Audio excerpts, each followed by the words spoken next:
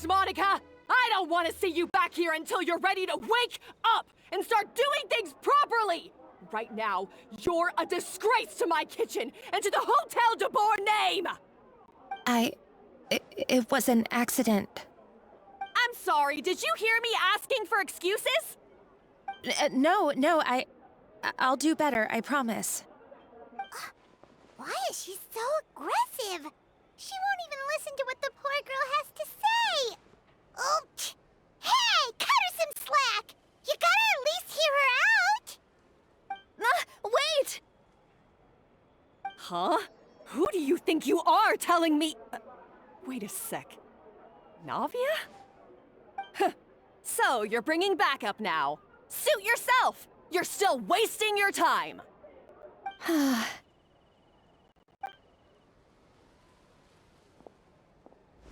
Savannah, is this how you always treat your staff? My staff is right. I'm the one in charge here now. And last time I checked, the Hotel de Boer doesn't take orders from the Spina di Rosula. Of course. How you run your kitchen is none of our business.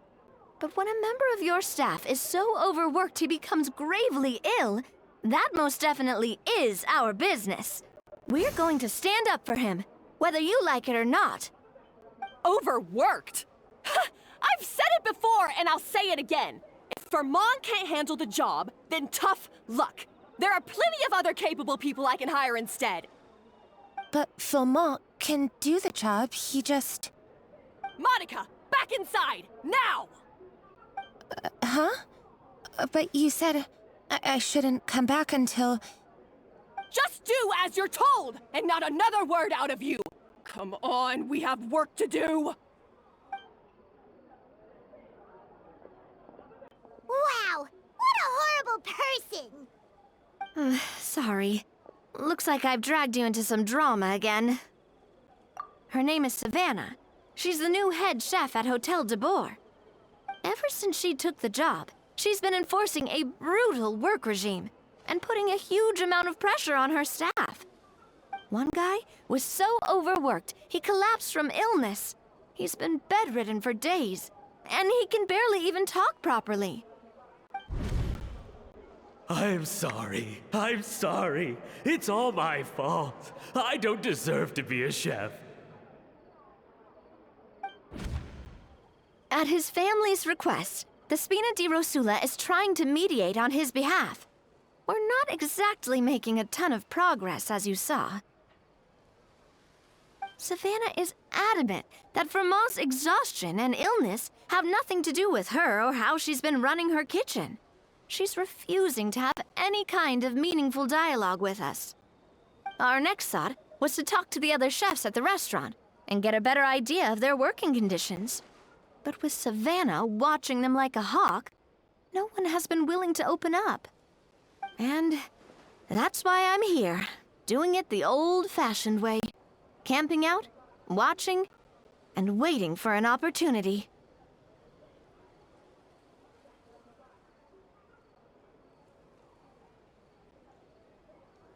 Oh, shoot! It all makes sense now. Sorry. Paimon should have thunked before she spoke. Did Paimon ruin everything? Oh, no, not at all, Paimon. Honestly, the way she was laying into Monica, someone had to step in. I'm sure I would have piped up if you hadn't. And besides, I don't really think I'm built for espionage.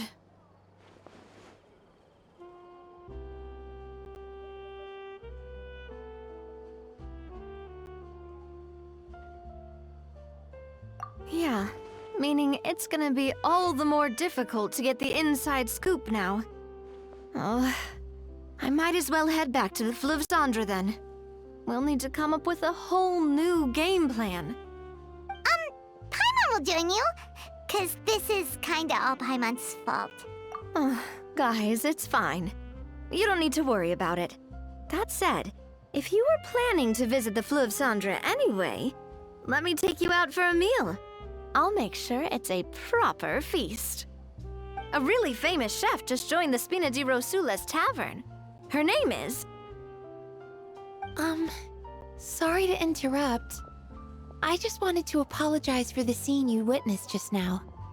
We shouldn't subject our customers to that. This is a small token from us. It's some candy from Monica. She asked me to make sure it was delivered into your hands. Monica's the one apologizing? Huh. Clearly Savannah is the one who owes an apology. Our head chef has been a little highly strung lately. Sorry for everything. All right. Since there's candy, Paimon will drop it. Not the candy. Thank you for understanding. We'll make sure to pass your feedback on to Miss Savannah.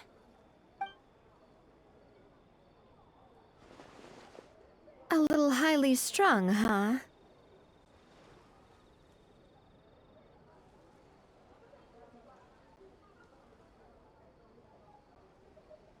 Paimon doesn't get it. How did someone like her even become head chef? Well, according to Fermat's family, she hasn't always been like this. But that's a story for another time. Let's try this candy. Oh, Paimon totally gets it. Come on, dig in! Huh? Hold on, there's something written on the wrapper. Find Escoffier?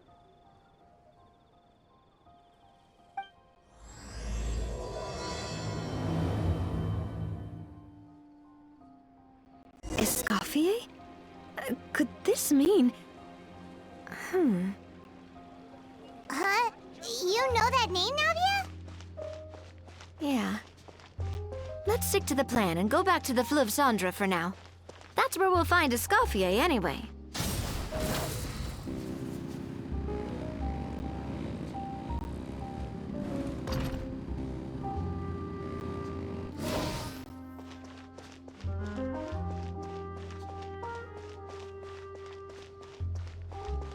Light it up!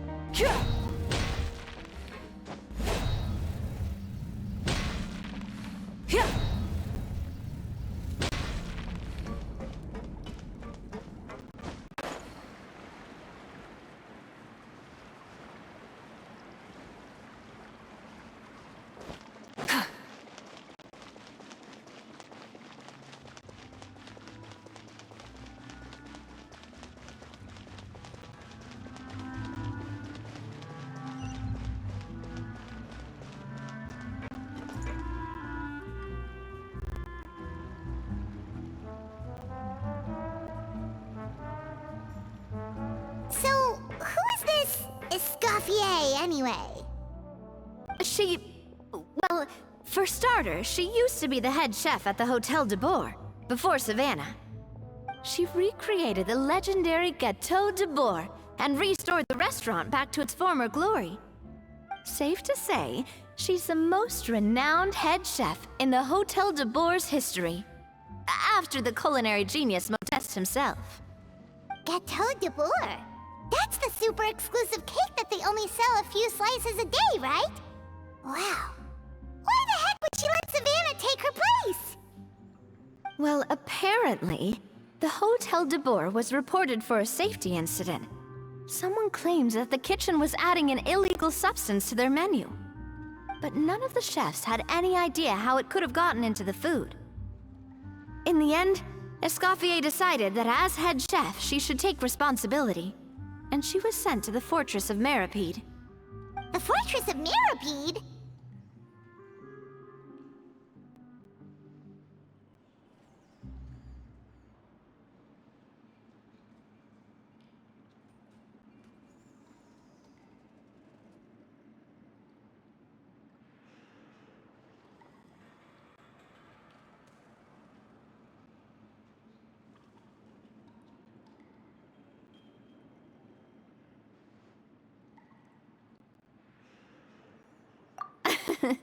Well, you're right.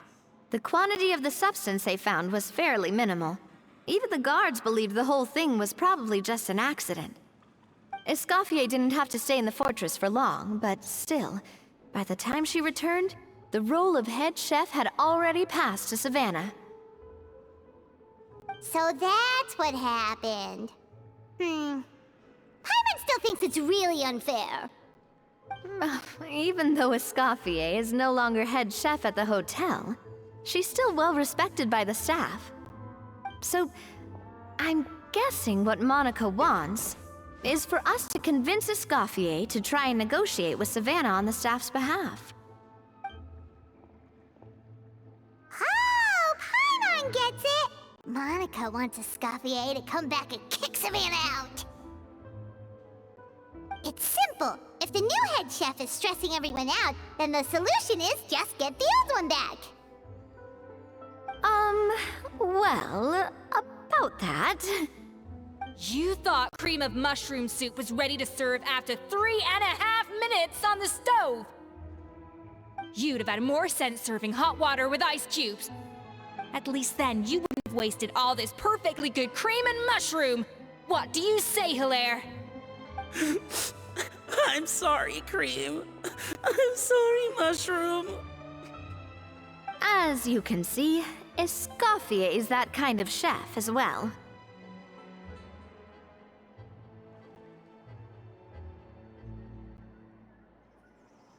You have to leave it on the heat for long enough to allow those flavors the chance to come out. Don't be fooled by the aroma when the water first starts to boil. Got it? Yes, Chef.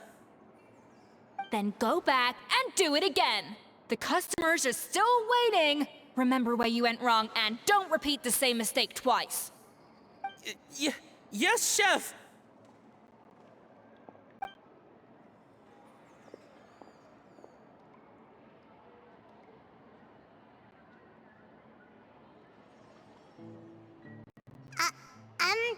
Excuse us, Waiting to be served? Sorry, we're pretty busy. I'm afraid you have to join the line. Oh, no, we're not here to eat. So you're not paying customers? Then I'm afraid the wait will be even longer. It's hard to talk to Escoffier when she's in the zone. Let's take a seat. We can catch up while we wait.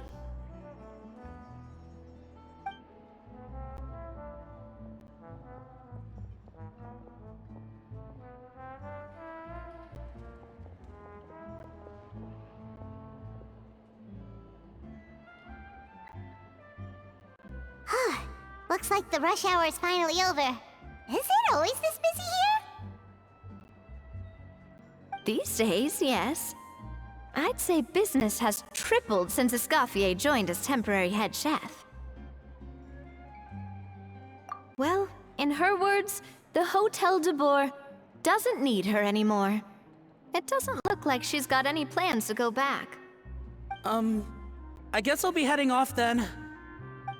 Wait, take these home with you. We can't serve them now, and there's no sense in letting them go to waste. Oh, thank you, Chef. For what? Like I said, I just don't want them going to waste. Oh, and tell Fiamma to get well soon, so you're not running yourself ragged every single shift.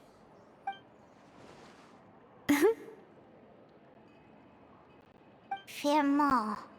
That's the second time we've heard that name. Who is that again? He's the chef that fell ill from stress. Hilaire is his son. And with Mom stuck at home taking care of Dad, he decided to pick up some work to help pay the bills. Escoffier knows their situation, so she's been making some extra food every day for him to take home. Hey, I heard that, Navia! I've told you before, no one's making extra food. Hilaire is making blunders in the kitchen, and I can't serve his failed dishes, so he might as well take them home. Yeah, failed dishes that just so happen to be nutritionally complete every single time.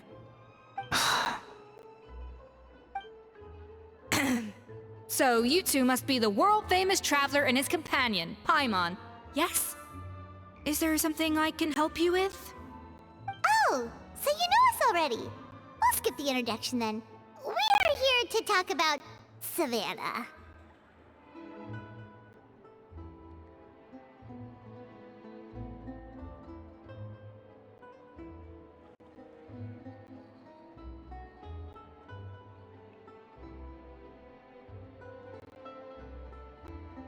Oh, I certainly am. The Spina's headquarters are right next to the tavern. And I've lost count of the number of times Navi has come to pester me about it. But I don't work for the Hotel de Boer anymore. And being ex-head chef doesn't give me the right to interfere with that business. Besides, I'm the one who persuaded Savannah to take the job in the first place. What? Well, she was a much gentler person back then. A little timid, even. She wasn't at all confident that she was the right fit for the role. That's hard to believe. Are we definitely talking about the same Savannah here? Honestly, I do wonder if she's just emulating me. I mean, I'm not the most pleasant head chef to be around either. Anyway, suffice to say that given the history between us, it'll be tricky for me to tell her she's doing her job wrong without coming across like a huge hypocrite. Fiamara and the others probably think that Savannah gets it all from me. I wouldn't be so sure about that, Escoffier. Look at this note we got from Monica. She mentioned me. Whatever shortcomings you feel you have, it looks like Monica still trusts you. As for the others, well, how can you know what they think unless you ask them? Monica. Plus, it's not like we're asking you to storm in there and raise hell. We're only in the initial phase of our investigation. All we're trying to do is get the other chefs to open up to us. Oh, Monica. Oh, Monica! Escoffier? I can't believe her! Powdered sugar is supposed to be applied sparingly. Look at all that on the wrapper. It's thicker than the sole of my shoe. Unbelievable! I won't stand for this. She has to learn. Come on, we're going. Wait, so now she's,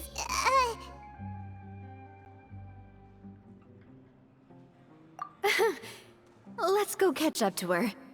We don't want to keep her waiting.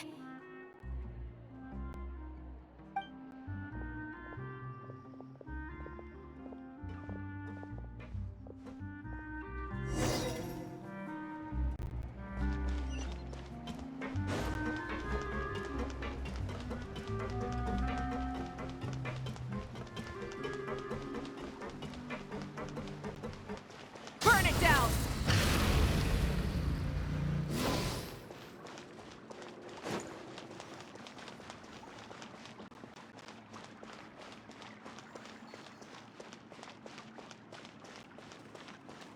Light it up!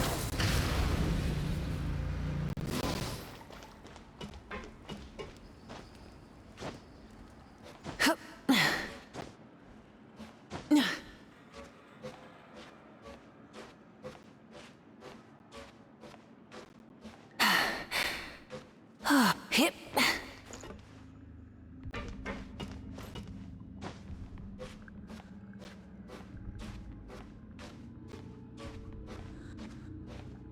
Hup.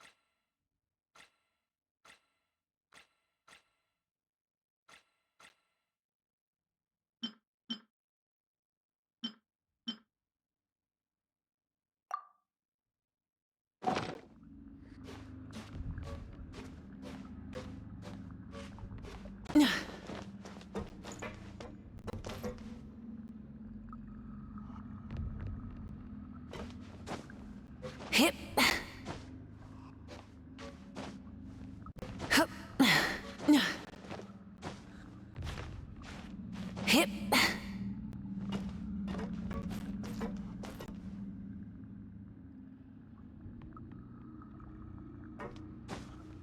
Hup. Hip.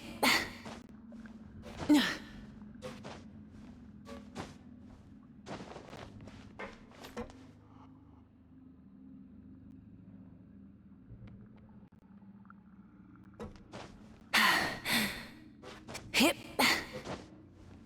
Hup.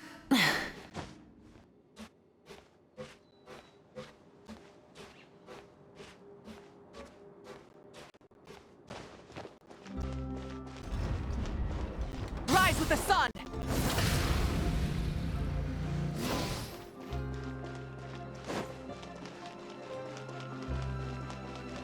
Take me up!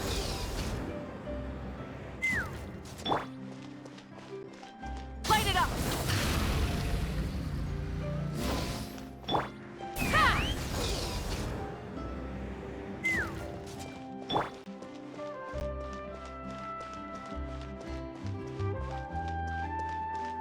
Burn it down!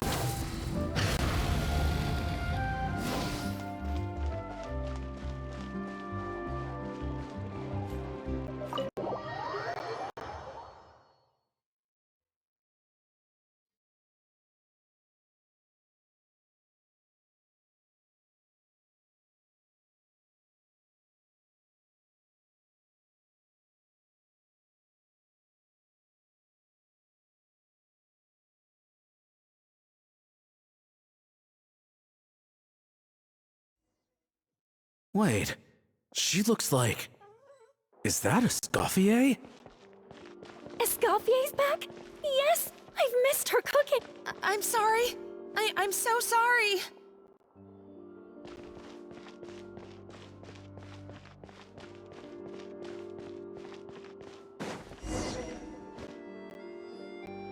I'm sorry. I'm so sorry. I messed up your order.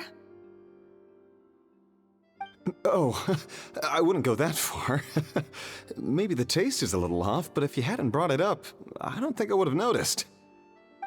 But, please, you have to forgive me. What the heck? Get up, Monica! Can't you see that you're just making your customer feel more awkward? Escoffier? If you want forgiveness, then do what any self-respecting chef would do. Make the dish again. And this time, get it right. You cannot go begging your customers to feel sorry for you. Savannah said that I'm not allowed back in the kitchen until I've corrected my mistake. But if I can't go back into the kitchen, I can't do the dish over. That's some backwards logic. How can you fix your mistake without being allowed to cook? If this is what Fermat had to put up with, then no wonder he had a breakdown. We apologize for interrupting your meal, sir. It's fine. With my layman's palate, it's not like I can tell the difference anyway. I was actually quite enjoying my meal until she appeared out of nowhere and started apologizing. Gave me a bit of a fright, to be honest. Oh, well, it's because Chef Savannah tasted a bit of the leftover soup from my pot and then threw me out of the kitchen. Gosh, that's pretty strict. Has she always been that way? I don't recall things being like this when Escoffier was head chef here. I gotta say, you're all looking a little worse for wear these days. I mean, Escoffier was strict too, but I think the difference is that her criticism was more constructive, so you knew what you did wrong and how to improve, and we all knew that it came from a good place. Chef Escoffier was hard on us because she truly wanted us to reach her level.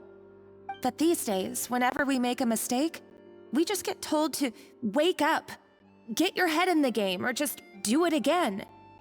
And it's only gotten worse since word got out that Chef Escoffier had started working again in the Fleuve Cendre. Monica, you don't need to call me chef. I'm not the boss here anymore. Yeah, but through no fault of your own, what happened back then, that wasn't on you, and all of us know that. That banquet was a huge event, and so many staff were involved every step of the way. With so many moving parts, There's no way of knowing how that lumiline ended up in the food we served. Lumiline? What's that? A new drug from the Fontaine Research Institute, produced from an extract of the lumitwal. Apparently it sharpens the senses, so they used it to treat people with impaired responses to stimuli. Oh, yeah, I've heard about that. They found out you can use it as a flavor enhancer since it stimulates the taste buds. Makes things pretty addictive. They also found that overuse can have mood-altering effects, and even lead to nerve damage. So it quickly ended up on the guard's list of controlled substances. Unfortunately, however, some food products containing the additive had already made it to the market by the time the guards banned it from the restaurant industry. Everyone knows that in all likelihood, someone probably just purchased a batch of contaminated ingredients by mistake. But you took all the blame. We all know why. You just didn't want to see this turn into a place where tensions are constantly running high, because everyone's suspicious of each other all the time. And now look at you, a fry chef in the Fleuve Cendre. What are you trying to say? Sure, the Spina's Tavern is no Hotel de Boer, but come on. It's not that bad, is it? Oh, the Fleuve Cendre, you say? Great. That's where I'm dining from now on. Monica, I'm very happy with my current job. And there's no changing the past. We just have to let bygones be bygones. Besides, at the end of the day, I was the head chef, regardless of whose mistake it was. Ultimately, the responsibility lay with me. If only Savannah was half the boss you were. I'm sorry? Do you have a problem with my conduct as head chef? No, chef. So you do remember who's boss? Escoffier? I thought you'd left this place for good. What are you doing back here? What happened to you, Savannah? Why are you acting like this? When I turned this place over to you, You made me the head chef and gave up your right to tell me how to do my job. You're not the boss here anymore, so stop acting like you own the place. Whoa. Sounds like someone has a chip on her shoulder. Oh, Savannah! My God, have you grown a temper since I last saw you? Have you put even half the amount of energy into improving your cooking skills, or are you still using the Pluie Lotus as an off-brand marcotte, thinking no one can tell the difference? That's none of your business! What happened to not storming in and raising hell? Ho ho! I was not expecting to see something this spicy as soon as Escoffier returned. Huh? Fan Asian? Aye, miladies. Might I make a humble suggestion? Given that we have ourselves a tête-à-tête between chefs at the Hotel de Boer, I dare say it would be de rigueur to settle this the traditional way. The traditional way? That can only mean one thing. That's right! I'm talking, of course, about the tradition established by Modeste himself. The cooking contest! According to legend, the founders of Hotel de Boer, Modeste and Savelli, used this method to resolve all of their disputes. Everything from petty arguments over next week's menu to disagreements over the strategic direction of the restaurant. The cooking contest would decide who had the final say. Huh. Sounds like they had a lot of free time on their hands. Ah, well, it might sound that way to us. But in fact, the cooking contest played an enormous role in motivating chefs to hone their skills, reaching new heights of excellence in the culinary arts. And indeed, the reintroduction of this institution in recent years has surely been instrumental in transforming the Hotel de Boer into the top-ranking restaurant in Fontaine. Reintroduction? Someone brought it back? Who? What say you, Escoffier? Surely you of all people won't back down from this challenge. It was you who put the rule in place, after all. sure I reinstated it, but I'm not a chef at Hotel de Boer anymore. Isn't this bending the rules a little? I see no issue as long as both sides agree to the terms. We could simply treat it as an exhibition of sorts. Savannah, any objections? Exhibition. Huh. No. If we're going to battle it out, let's put it all on the line. If I lose, it's up to you what happens to me. I don't want anything to happen to you. But if you lose, you hand over the Codex de Boer to me. What? The Codex de Boer? Only the legendary handbook written by the original head chef Modeste. It contains all his secret recipes, including Gâteau de Boer. It's the greatest treasure in Fontaine's culinary world. And only the present and former head chefs of the Hotel de Boer have the right to read it. Present and former. Wait, but that already includes Savannah, though. What do you want that old thing for? You have your own copy, don't you? Don't take me for a fool. You know perfectly well what I mean. I want your copy, the original version, the one you took with you when you left us. I'm sorry, I must be missing something. You know, there's no difference between the original and the copy, right? They contain the exact same recipes. Stop trying to change the topic. What's wrong, Escoffier? Scared you're gonna lose to me? Or are you scared of me getting my hands on the original Codex? Savannah, you may remember that we gave her the original as a parting gift to thank Escoffier for her years of service. Asking for it back feels a little, Oh, I'm sure it won't be an issue, as long as both sides agree to the terms. Those were your words, weren't they? And as for the contest itself, let's make it a bake-off. Gâteau de Boer, per the recipe in the Codex. Well, Escoffier, you against me. Are you in or out? You sound surprisingly confident. Alright then, let's see how much you've actually grown. I hope you surprise me, Savannah. I'd hate to find out that all you've learned after this long is how to chew people's heads off. Believe me, I'll show you. Escoffier, are you sure this is a good idea? You accepted her terms a little hastily. Oh, it'll be fine. Let's head back to the Fleuve Cendres so I can get prepping.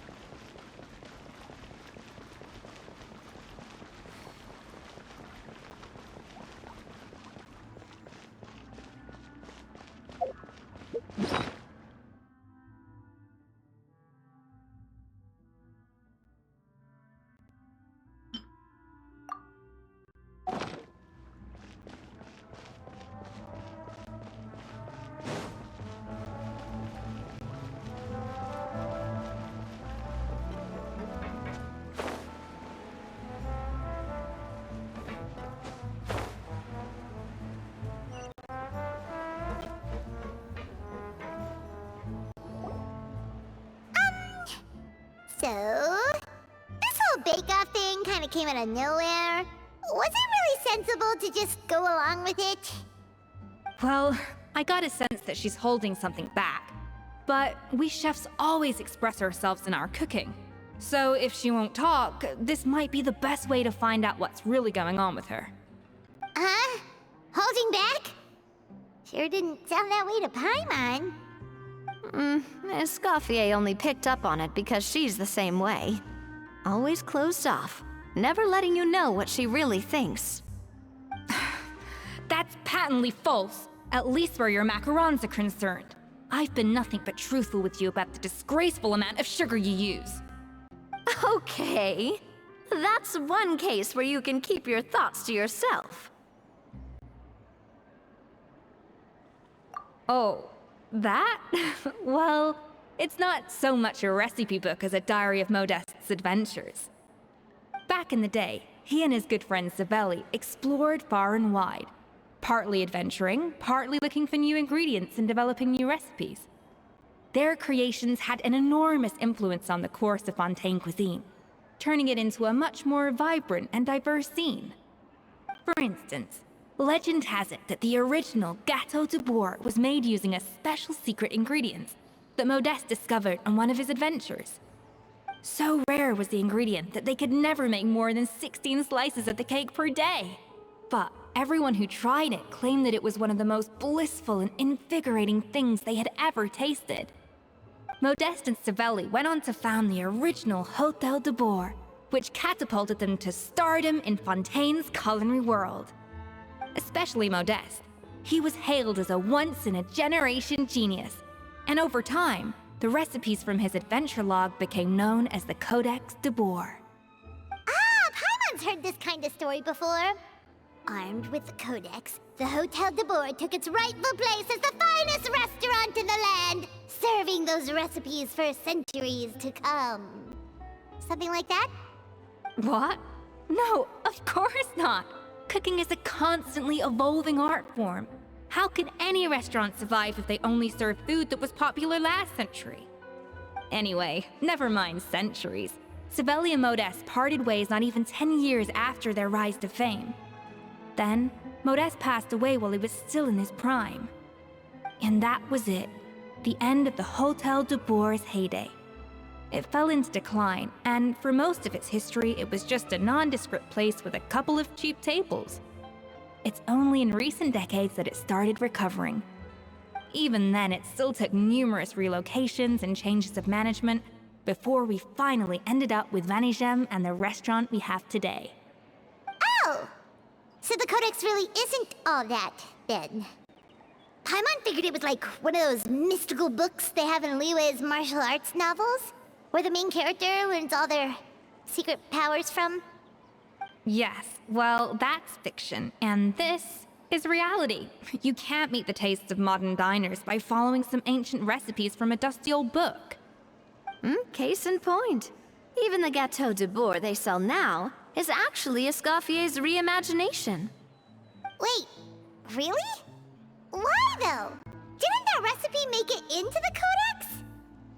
It did, but like I said, it's the dusty old book now, and the records aren't as legible as they once were. Not to mention that there's no way of finding the secret ingredient Modeste wrote about. So, reimagination is right. I consulted some historical records and took what I could from the Codex. But ultimately, the Gâteau de Bourg of today is my own recipe. As for why we gave it the same name and kept the tradition of only selling 16 slices a day, well, you've got Vanigem's business sense to thank for that. Oh! Huh. Well, that kind of takes all the mystique out of it. Hey now, it might not be the original Gâteau de Bourg, but it's still the most delicious cake in Fontaine today. And who knows, maybe Escoffier's version is more suited to your palate. Just think, if the original truly was the perfect cake you're imagining it to be, there's no way the recipe would have been lost to history, right? Not to mention that the Hôtel de Bourg never would have fallen into a slump. Anyway, before I left my role as head chef, I made a copy of all the recipes from the codex, including my own improved versions, and turned them over to Savannah. So why is she so interested in the original copy? Could it be a symbolic thing? Like, whoever holds the original Codex d'Or is the true head chef? Well, it was clearly precious enough to give to Escoffier as a parting gift. Meanwhile, Savannah only got a copy. Maybe from her point of view, it's like management doesn't truly see her as being worthy of the role. You think so? The only thing is, it was her suggestion to gift me the original in the first place. Well, a joint decision by her and Venegem. But still. What? Huh. Guess she's had a major change of heart since she became head chef. Yeesh. Who knows? We could speculate forever. Better to just let our Gato do the talking. It means besting her in this bake-off, and then getting her to explain herself, even if I have to beat it out of her with a spatula. However much she's changed since we worked together, I believe that she still has her chef's pride. And if she respects the art, she'll respect the outcome of our contest. Well, I'm confident that you and your spatula can get justice for Froment.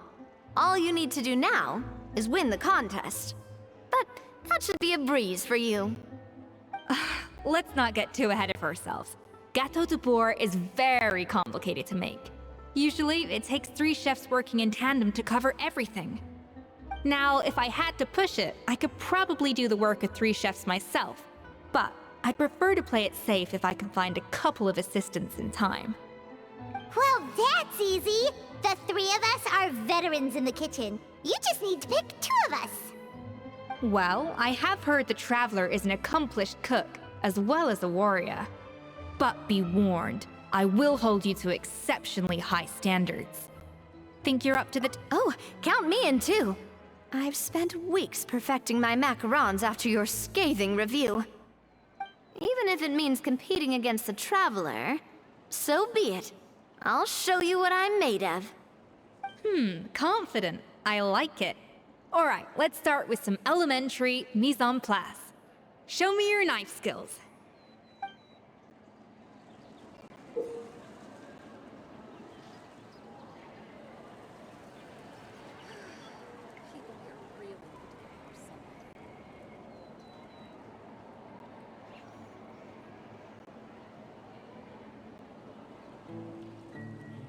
I've always called it chopping stuff up, not mise en place. But it's basically the same thing, right? Oh, Navia. The difference in your case is that mise en place is chopping stuff up without sending juices flying all over the kitchen. Looks like you found that easier than I expected. Yeah, thankfully it was pretty straightforward in the end. You made it sound like we'd be carving statues out of fruits or something. Well, brace yourself, because the next step is anything but straightforward. I'll be using this cold press to extract flavor compounds from the ingredients. A kind of special food processor I got the Fontaine Research Institute to make for me. It uses cold temperature extraction to isolate the essence of cooking ingredients, which can then be used to flavor dishes more precisely. But this isn't exactly standard kitchen equipment, so that probably didn't make a whole lot of sense. Let me give you a demonstration instead.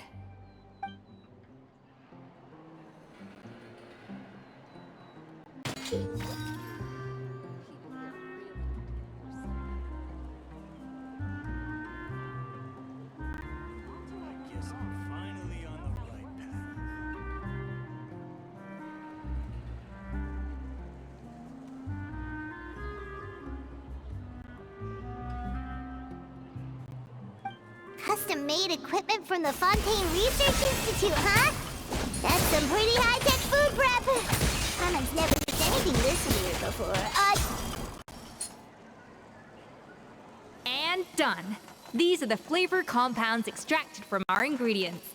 I've processed all the fruit you chopped up earlier. Wow! Even Even the smell is so much more concentrated. What next? Do we add all this stuff in? Absolutely not! Throwing everything in at once will ruin the balance of flavors. We have to go slowly and carefully to calibrate the exact flavor we want. I'll demonstrate again. Now, watch closely. I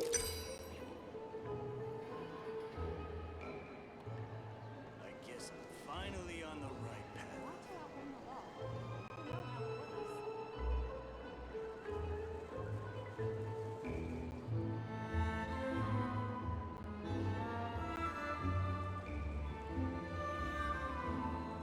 Slowly and carefully.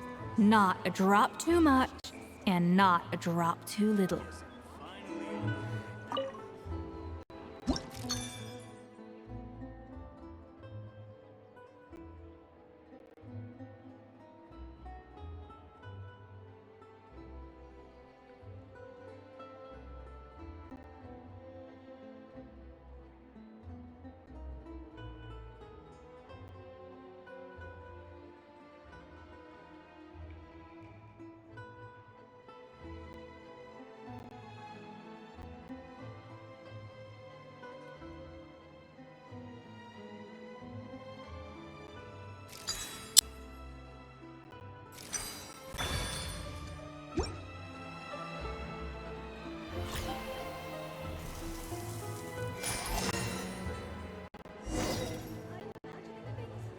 And voila!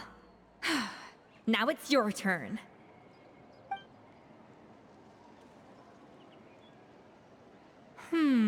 Not terrible. Considering this was everyone's first time blending flavor extracts, it could have been worse. But the Traveler's work was surprisingly good. Are you sure you've never done this before? You got almost perfect results on your first try.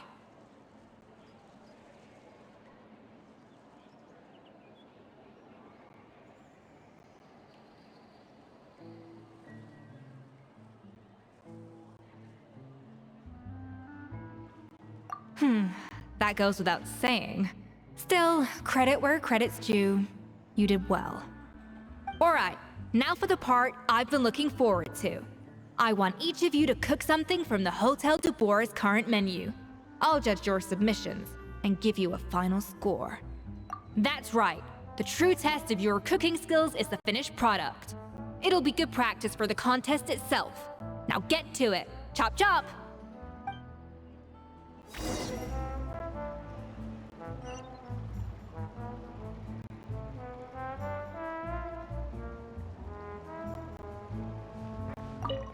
How's it going? Have you picked a dish yet? Choose wisely. I expect you to present the most delicious thing on the menu.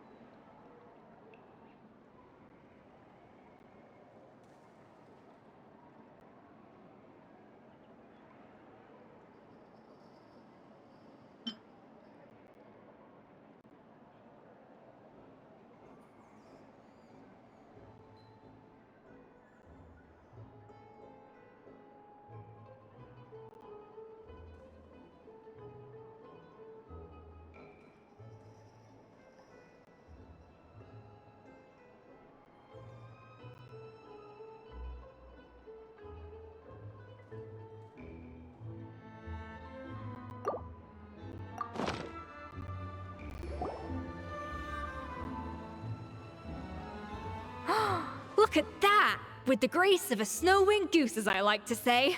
Now, let the grating commence.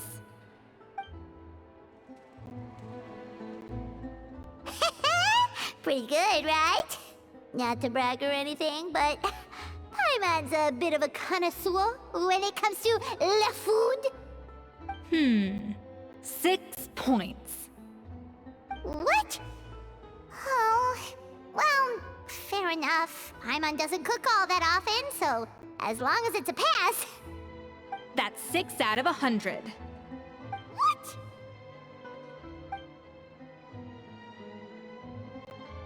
You say you're a connoisseur, but it's quite clear from this dish that you have far more experience consuming food than creating it. By that logic, I suppose you think listening to Lady Farina on repeat every day would make you an opera singer. Aww. Me next, me next. I'll have you know that this batch of macarons has 2 whole tablespoons less sugar than my previous ones. So you went from 12 tablespoons to 10? Well, it's nice to know you actually measured it out. Because it tastes like you just threw in whatever was left in the jar. 6 points. Aw. Now to the final dish. So, what do you think?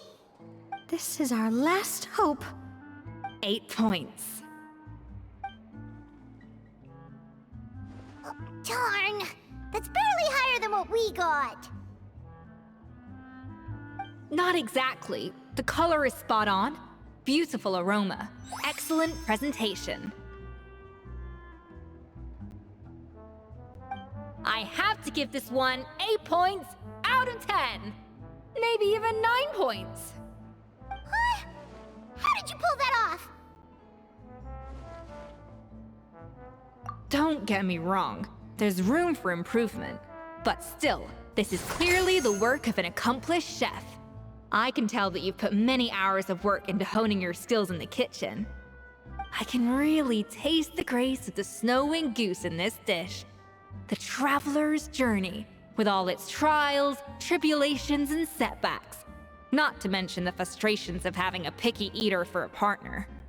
Hey, you made that last part up! No way did you taste that! Well, it looks like I lost fair and square. I guess you'll be taking the traveler as one of your assistants then? But if it takes 3 chefs, that still leaves 1 slot remaining. Maybe Paimon and Navia should keep practicing and see how it goes? Chef Escoffier! Oh, it's Hilaire! What brings you here?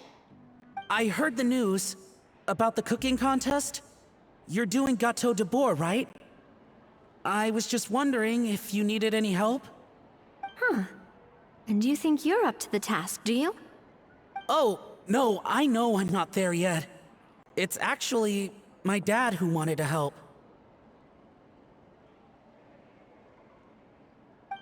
Firma, last I heard, you could barely get out of bed. Chef Escoffier, Navia, Traveler, thank you all so much for everything you're doing for me and my family. I've had enough of sitting around at home while you run yourselves ragged. If you let me, I'd like to help you win this cooking contest. Yeah, I was gonna say the same thing. Don't you worry. I'll be fine. I'm feeling much better now. I'm sorry. I know I've been rather useless these past few days, but not anymore. The fact is, I'm a fine chef, despite recent events. I've proven myself in the Hotel de Bourg kitchen, so if anyone's qualified to work under Chef Escoffier, it's me. I think. I mean, I hope so. Firma, have you even set foot in a kitchen since leaving Hotel de Bourg? I have not, but I'm fully rested now. I know I can handle it. I'll prove it. Let me whip something up for you right now.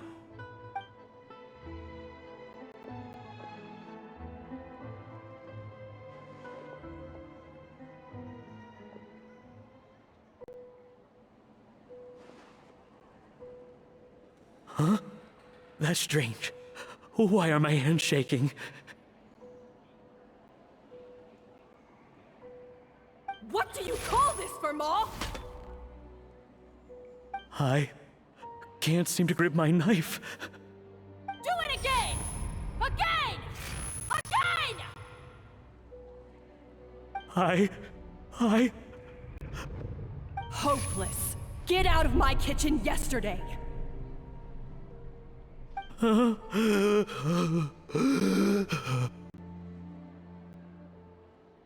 Dad, what's wrong?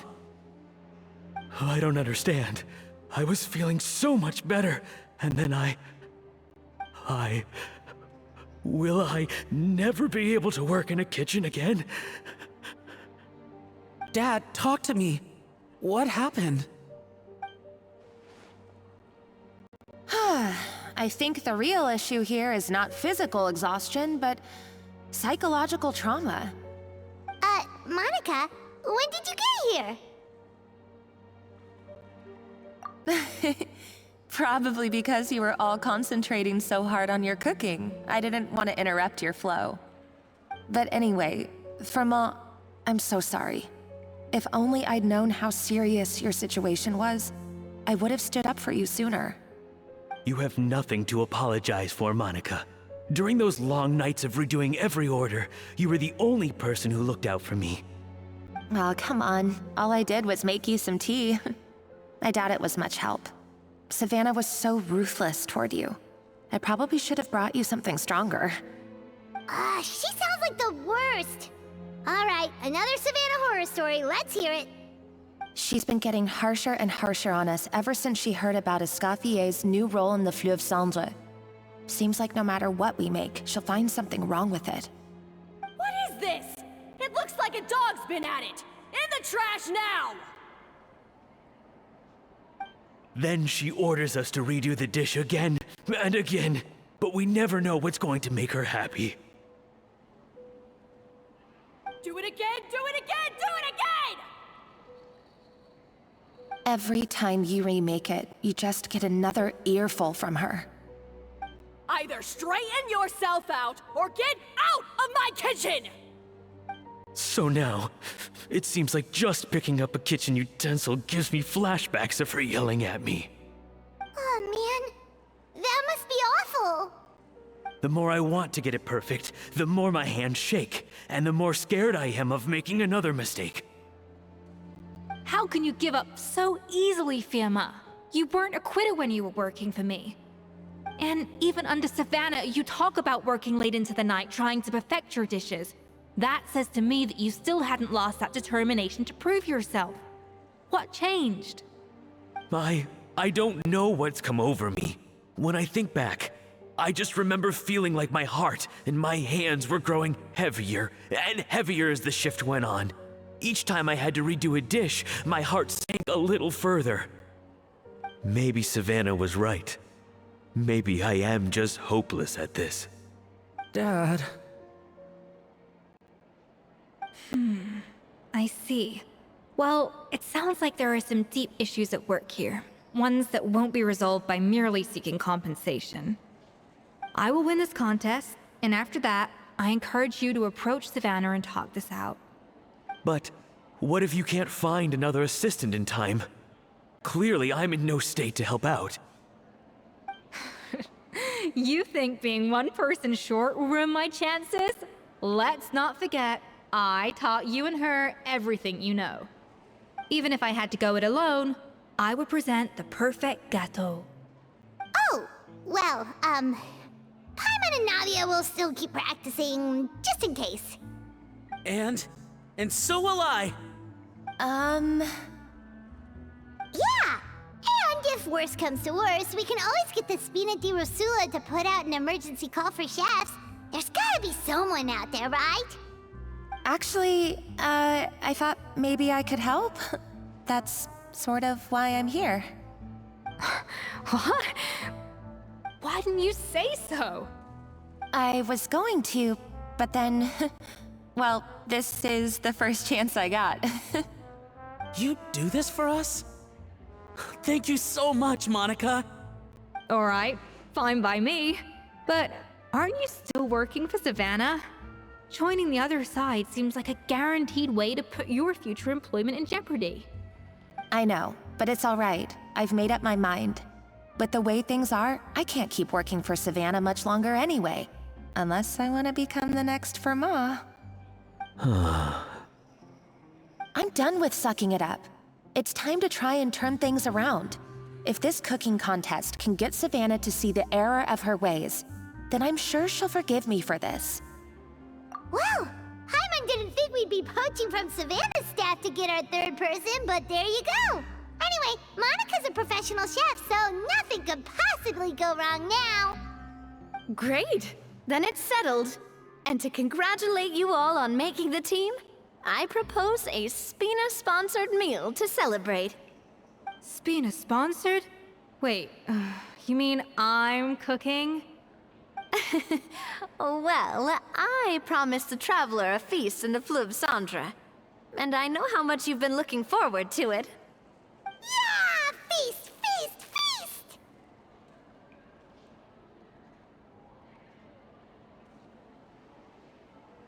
All right, if you insist, then prepare for some of the finest food of your lives.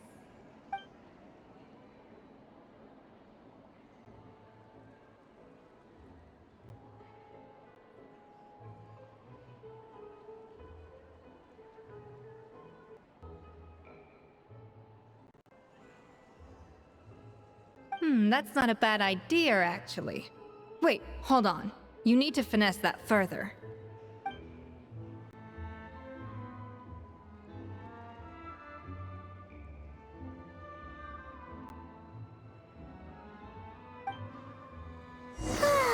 That was a dream come true.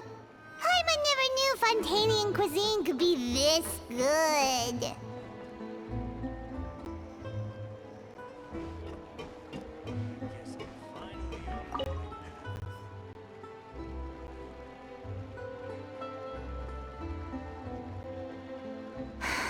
Why, Savannah?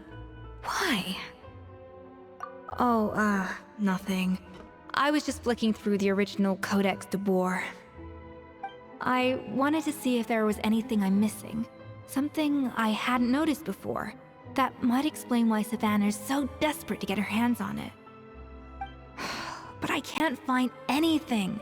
It's just some hastily scribbled recipes in between diary entries from Modeste's adventuring phase. And most of it's not even legible anymore. The copy I gave her not only has all the recipes in full, but even includes my own private tips and notes from years of experience. Surely that's infinitely more useful than this old thing. Yeah, maybe. Still, it's just hard for me to imagine that the Savannah I knew would go to all this effort just to make a point. We were. At least I always thought we were. She was a little shy, but meticulous with everything and everyone she dealt with. She made a few mistakes here and there, but she was quick to correct them whenever they were pointed out. And she was always striving to improve as a chef. Those qualities are why I recommended her to replace me as head chef. I never imagined for 1 second that she'd cause Firma and the other staff so much grief.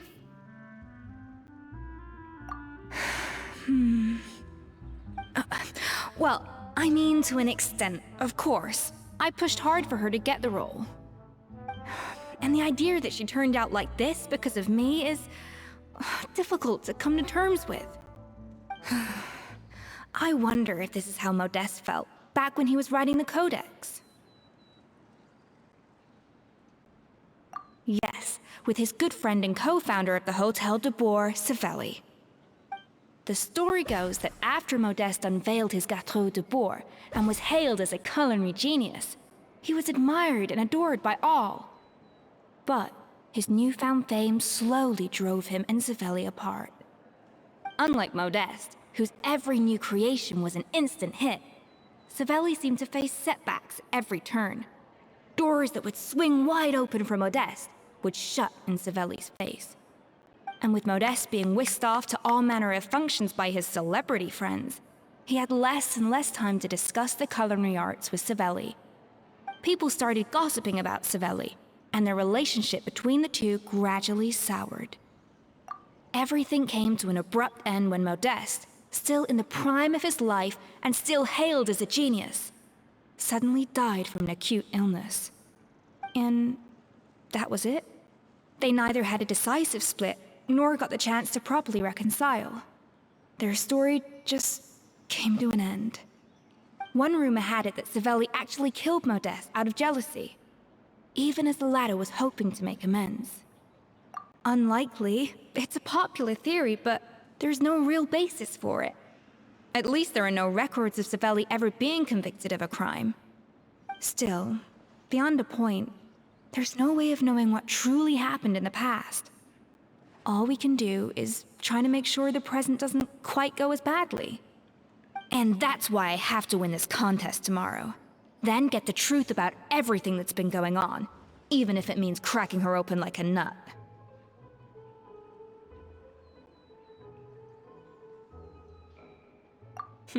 You're right about that. Just follow my lead and victory will be ours.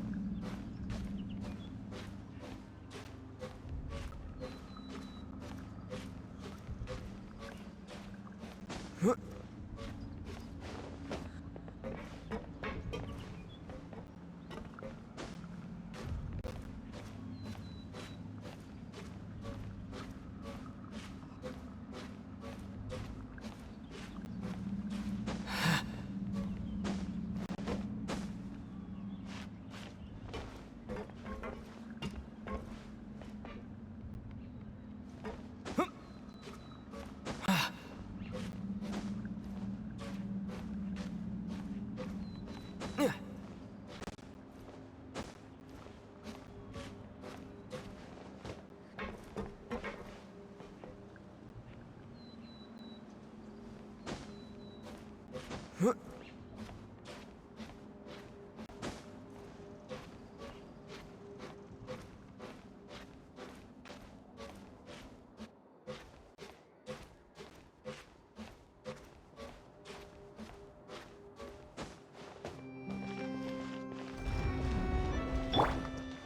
with the sun!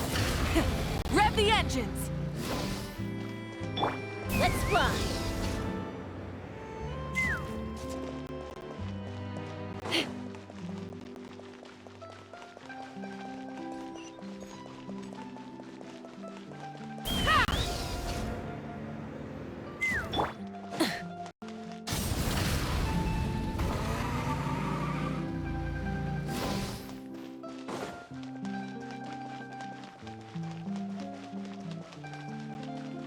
Did you hear the news? Escoffier's coming back for a cooking contest. Wait, seriously? Escoffier in a cooking contest? Now that I've got to see!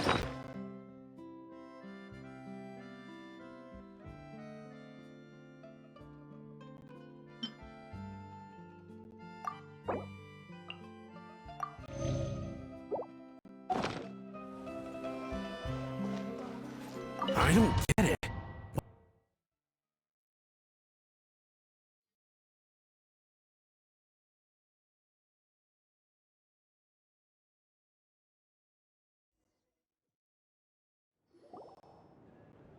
Mesdames et messieurs, welcome one and all to the Hôtel de Bord and to this most exciting of cooking contests. Savannah, I brought the original copy of the codex you asked for.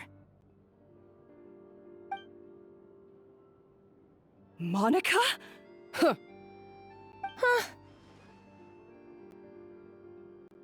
In the interests of fairness, this contest will be conducted in a double-blind format. Once the dishes are complete, they will be sent to the back of the kitchen where they'll each receive a label. The labels will be placed out of sight underneath the plates, only to be revealed after the judges have sampled them and reached a final verdict. This is to ensure that no one will know which dish is made by which contestant. As one of the judges, I promise to be fair and impartial. When my meal got interrupted yesterday, I never thought this is how they'd make it up to me. Getting a seat on the judging panel is a pretty sweet deal. Both contestants have taken their positions. Then, without further ado, let the Hôtel de Bord cooking contest commence!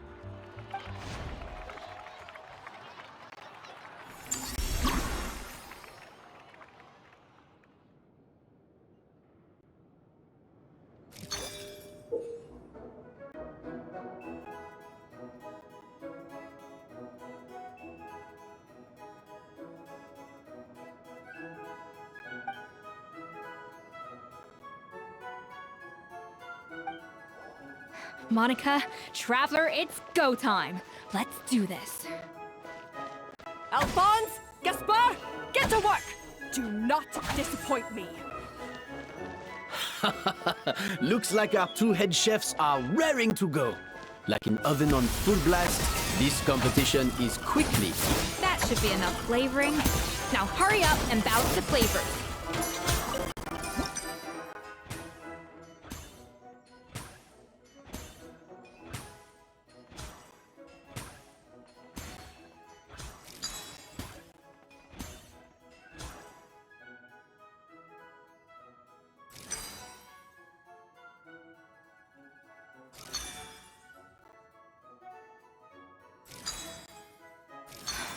Stay calm, Escoffier. There has to be a way to balance the flavors. Just think.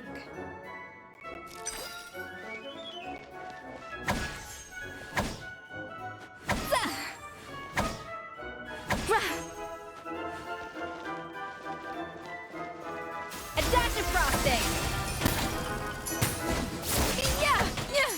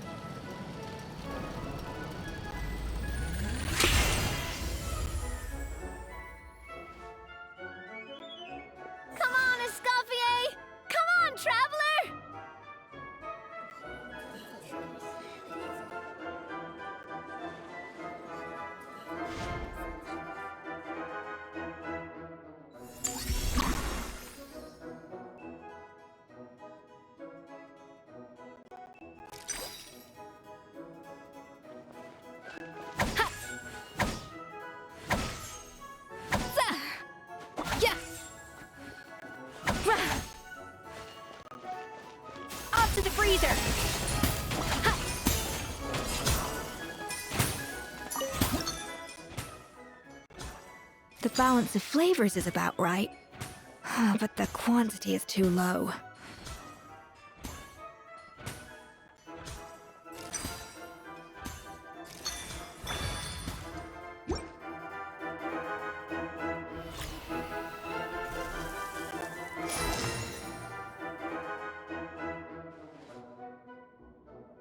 So, what do you think?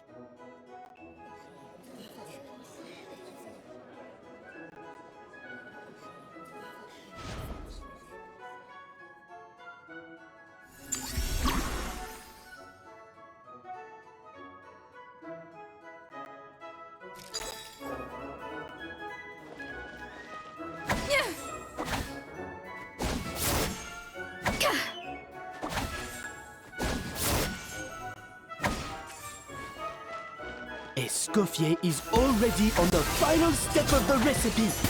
Let's check on Savannah's progress.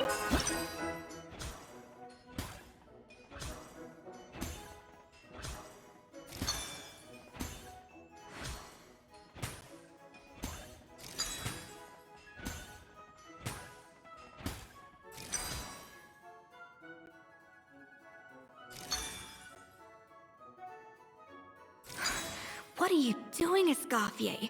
Your team's waiting on you. I think this flavor profile is still a little bit off. Enough! Oh, useless.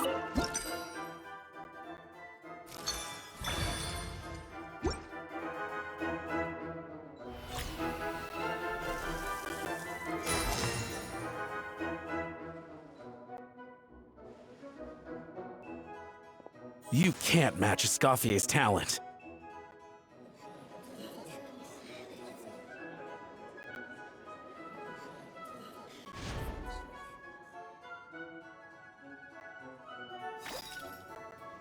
I present to you Gâteau de Bourg. At first, it's flavor.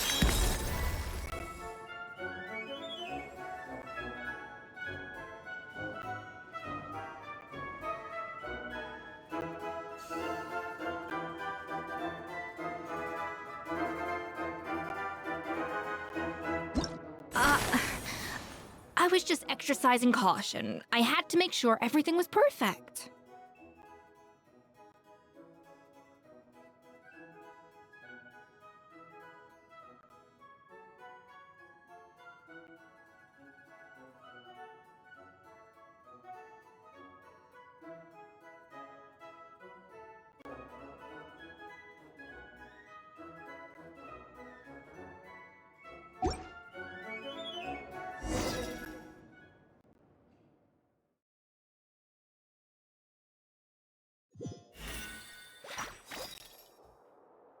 Time's up! Contestants, please take your dishes to the back.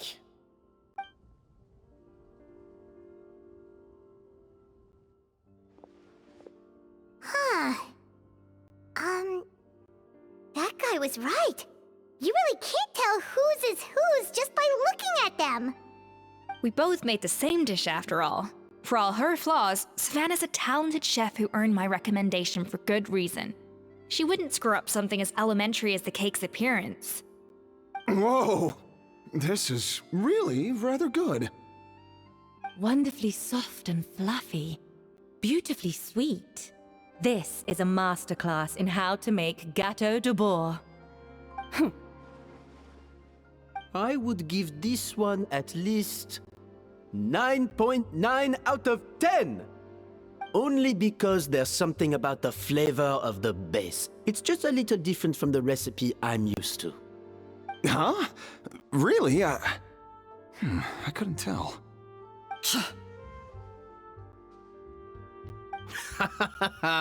All right, on to gâteau number 2. I haven't had a single bite and already this aroma is a delight to the senses. I have a feeling that this gâteau will be a gâteau for the ages.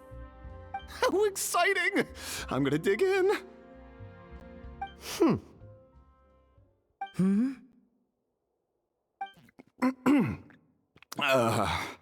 I think maybe someone got a little carried away when they were adding the sugar. Not just the sugar, it's the flavors too. This is all over the place. Who made this? It appears the decision is unanimous. This gâteau is far below the standard we would expect.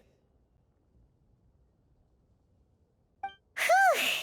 And Paimon thought this might actually be close. Turns out she can't bake to save her life.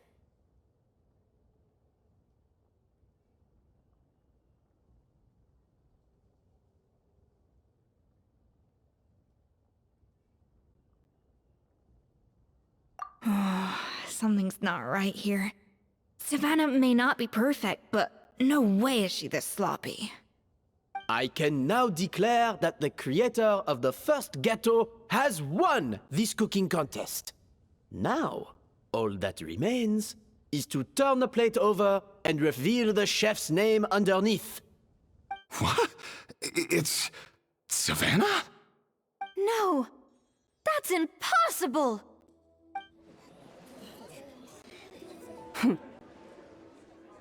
Hey, Savannah! You cheated, didn't you? You cheater! What did you do? Oh, you swapped the plates, didn't you? Well, someone's a sore loser. These cakes went from the oven to the judge's table without me ever laying a finger on them. And everyone here can attest to that. It was Vanejem's staff who labeled them in the kitchen. If you're looking to accuse someone, why don't you start with them? Isn't it more likely that Escoffier's lost her edge?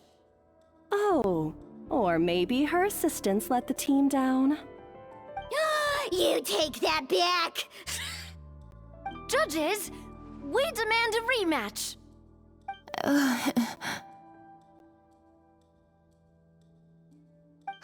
That's enough! What's done is done. As head chef, or rather as team lead, I take responsibility for the dish I served. Whatever went wrong and however it happened, I should have spotted it. Savannah, I didn't think you'd stoop this low just to beat me in a bake-off. What happened to your chef's pride? I don't know what you're talking about. If you want the Codex de Boer that much, you can have it. Escoffier, no! But you must promise me that you'll apologize to Firma and compensate him for everything you put him through. It's a little late to be negotiating terms. The contest is over and I won. That means you owe me the Codex, and I owe you nothing. Look, Savannah, you may have fooled everyone else, but can you really fool yourself? What I'm offering is to accept defeat without looking to expose what you've done.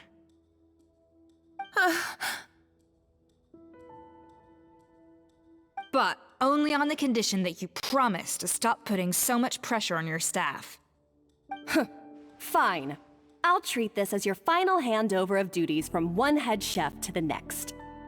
So, will that be all, ex-head chef? Or is there any other unfinished business you'd like to leave in my hands? I didn't mean that to be a scolding from your former boss, just a word of advice from a fellow chef and a friend. But I don't know if you're even open to input from other people anymore. I know what I'm doing. I don't need your advice. All right, fine. I'm glad to hear it.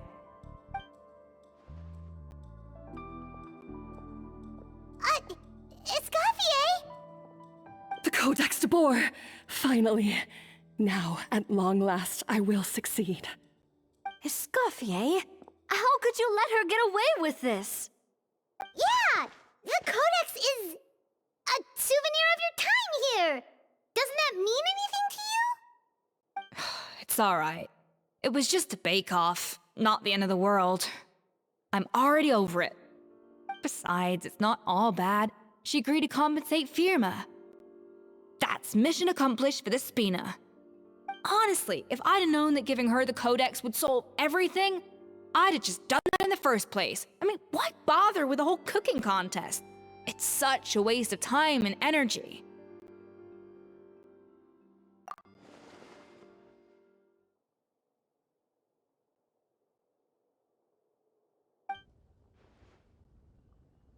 No. No! This doesn't make any sense! Huh? That's it? No secrets, no nothing? I don't believe it! This can't be happening. Oh, Chef Savannah! Savannah?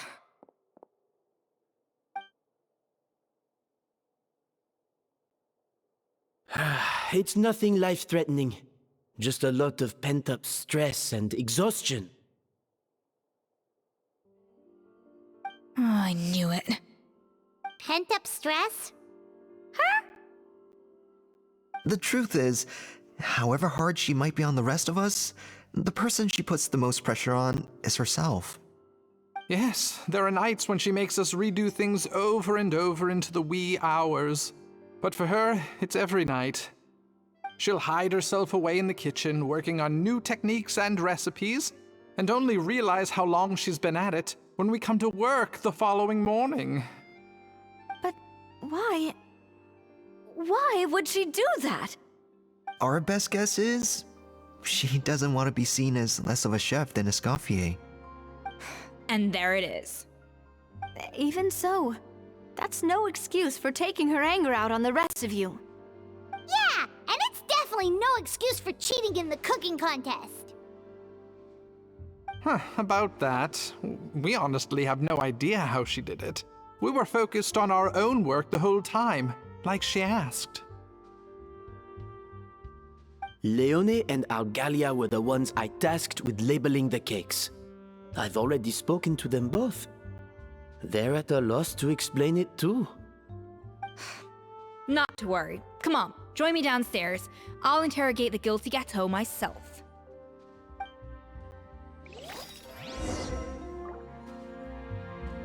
Take this!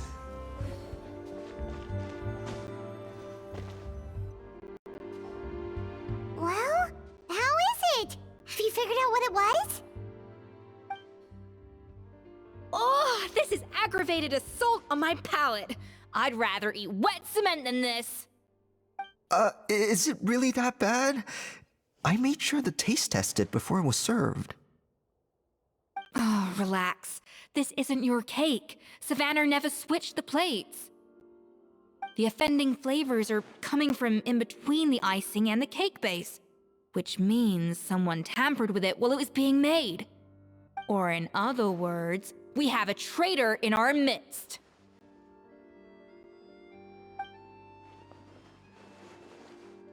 I'm sorry. I was forced into it. It was Chef Savannah. She said if I didn't cooperate, she would... Calm down, Monica. I've already accepted defeat. And if I wanted retribution, I would have brought this up when the results were announced. Whatever's going on with you, just spill the beans. There's no need to hide it.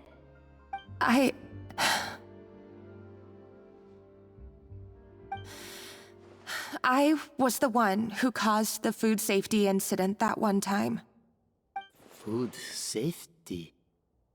Wait, you mean the Lumaline incident? So you procured the contaminated ingredients?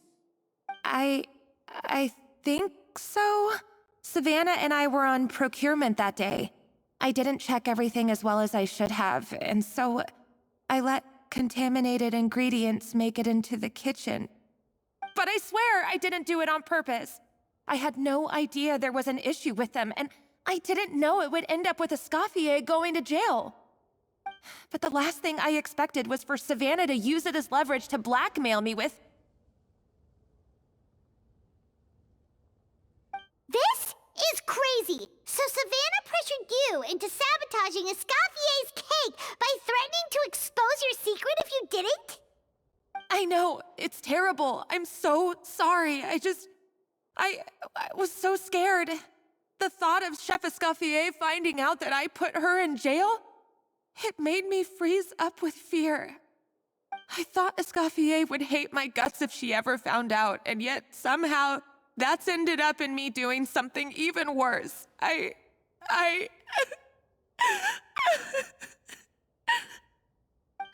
Seriously? All this fuss over a little slip-up?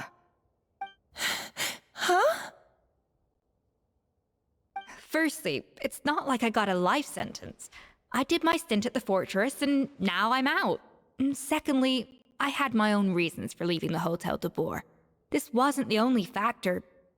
So, you don't need to feel ashamed or frightened or anything like that. Any more than you need to add butter when you're pan-searing foie gras. You mean... you forgive me? Oh, well, I'm not saying you don't have to take responsibility for your mistakes. You should tell Vanagem to mark down your performance for the past few months. Then do some digging and find out exactly where those contaminated ingredients came from. Sure, you've made mistakes, but now's the time to fix them. Understood? Understood.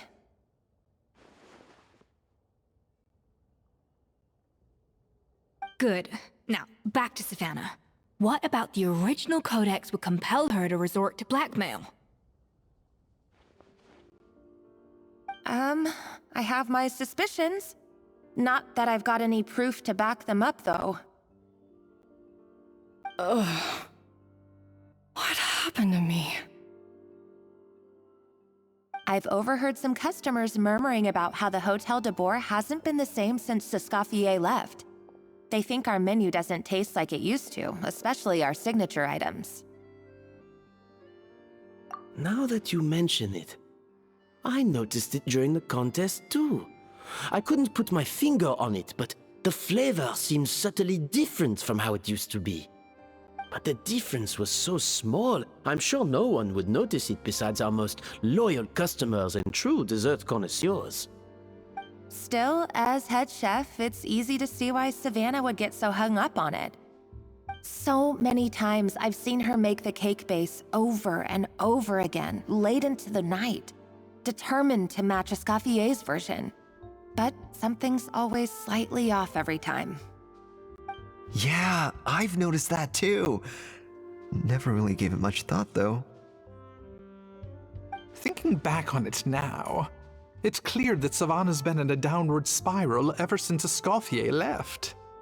She wants to prove that she can fill Escoffier's shoes. That's gotta be the reason. But after countless setbacks, she's getting more and more unhinged. And at some point along the way, she switched from doubting herself to doubting Escoffier. Doubting Escoffier? For what? Yeah, it would explain why she was bent on getting the original at any cost. She must have thought Escoffier purposely omitted key details from her recipes when she copied them out. Also, she could retain her place as the #1 chef in Fontaine, the only one privy to all the secrets of the trade. Oh, for goodness sake, what a stupid idea. Of course. Then she finally got the codex only to discover that the secret recipes she's been pining for don't exist at all. Seeing how utterly wrong she was must have been a real shock to the system. It probably brought up everything at once. It overwhelmed her, and she passed out. There's still one thing that doesn't make sense, though. If Savannah had the real recipe all along, how come it tasted different? She might not be on the same level as Escoffier, but surely after like 50 attempts, she'd get it right one of those times. You'd think so, but geniuses like Escoffier are in a league of their own.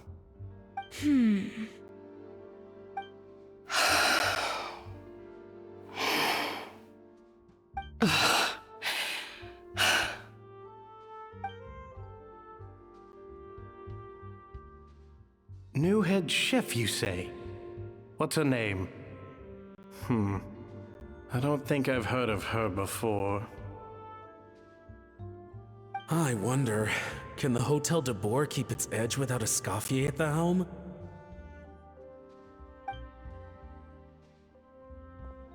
This tastes different from last time. Is it undercooked or something?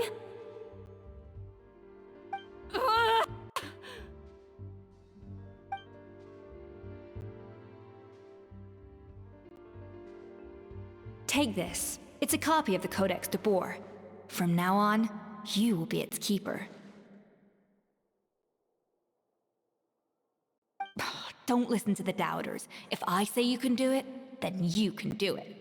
Even if you don't believe in yourself, at least believe in me. Hey, did you hear me? Once I'm gone, the restaurant is all yours.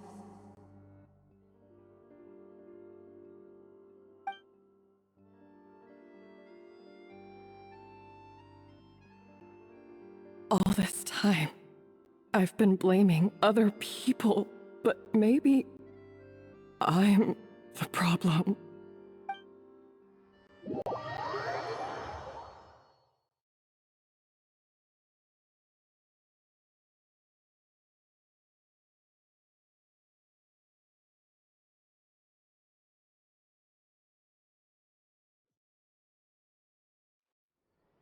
I sincerely apologize for putting everyone out. Savannah's awake now, but I don't think she's ready to speak to anyone yet. Let's give her the day to calm down. I'm sure you'll have the chance to talk everything out tomorrow. In that case, I'll go and update Verma and his family. I wonder what he'll make of all this. So, we'll come back tomorrow then. That was a long day. I think I've earned myself a sweet treat when I get back home. Oh, nice! Macarons? Or are you gonna switch it up this time?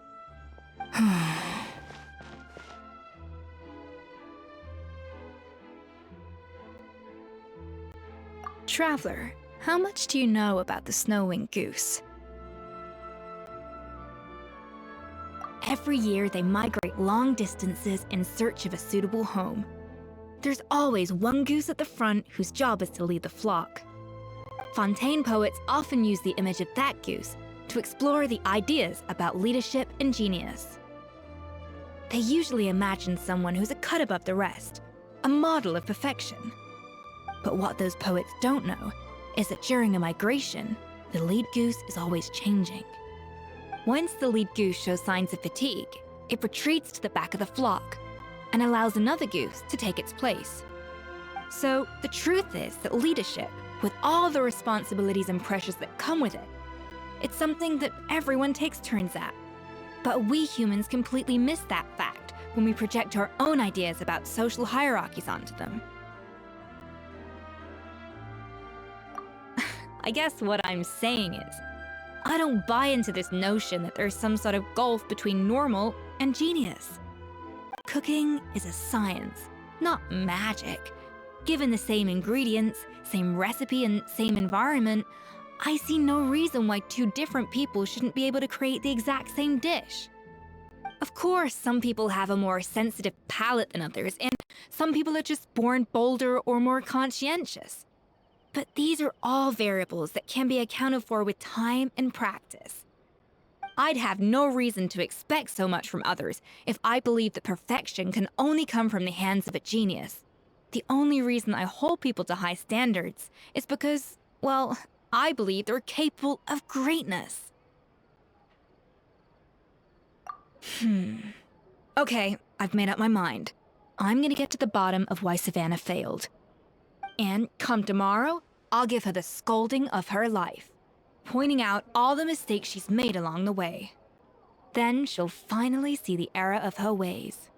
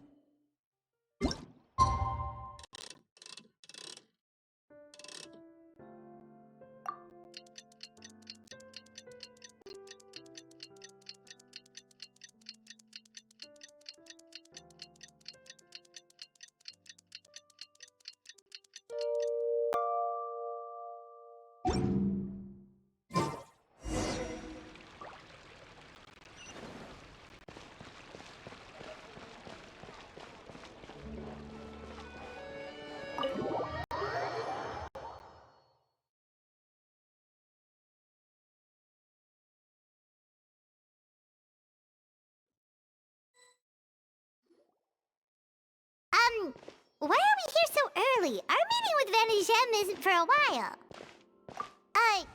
Check on her? Why? What happened? Oh no. Escoffier, are you alright?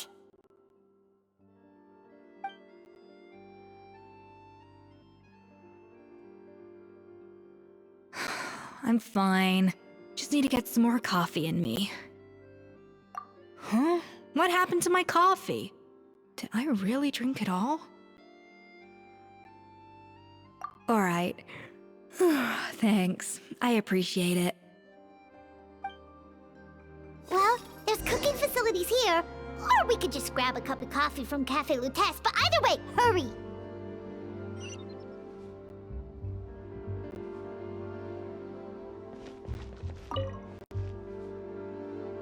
Coffee.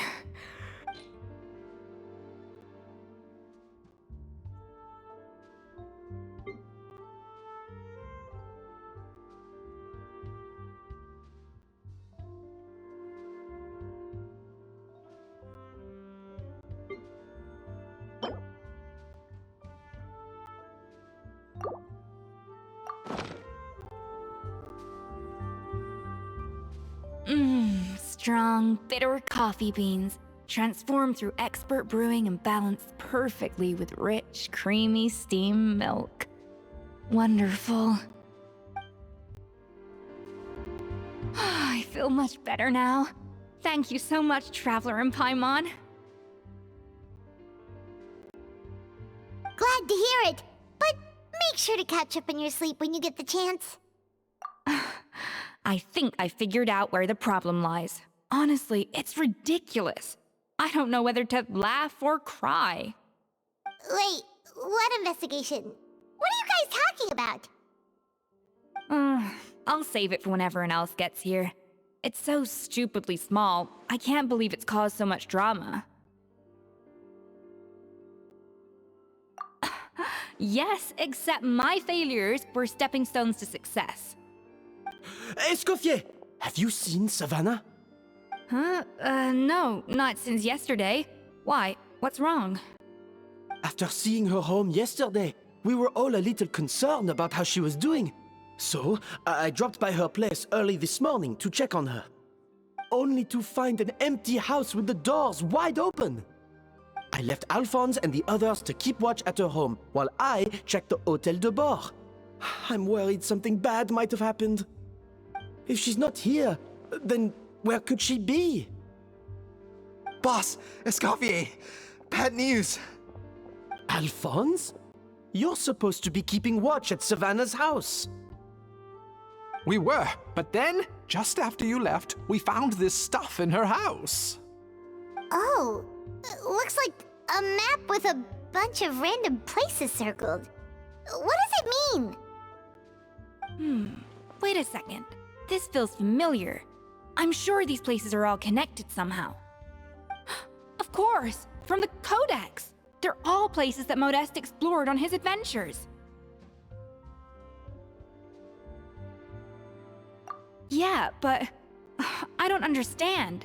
The adventure logs in the Codex are too fragmented to be of any use. How come this map shows all the missing details?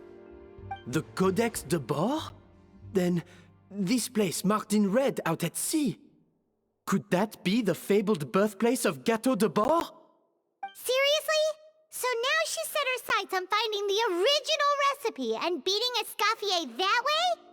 Gee, Savannah. Anything to overcome a Gâteau plateau, huh? Ugh, idiot! Does she have a death wish? Those ruins are thousands of years old. Hold on, there's more. Besides the map, we also found these letters.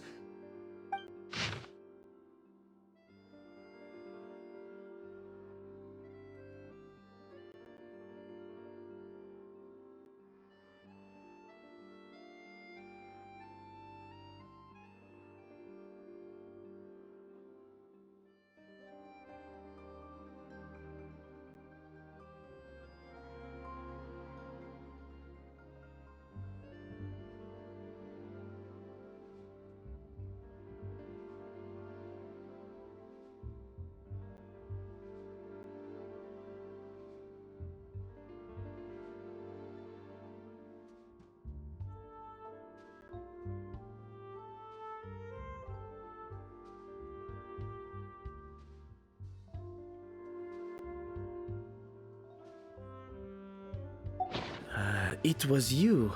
You let the Lumaline through, didn't you? It sounds like a threat letter. Does this mean that Savannah was responsible for the safety incident? And not Monica after all? Retrieve the codex by any means necessary. So the cooking contest and the cheating. Someone else was behind her pulling the strings? She's keeping the true recipe to herself. Ugh, this is all such a mess. Paimon needs a second to process this. First, we thought that Savannah forced Monica to cheat in the cooking contest. But now, it turns out that someone else forced Savannah to force Monica to cheat?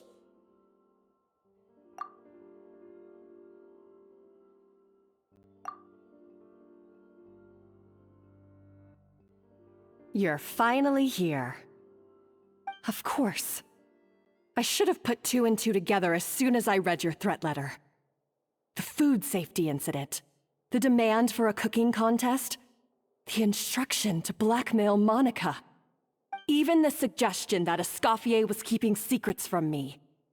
It was all part of your grand plan, wasn't it, Monica?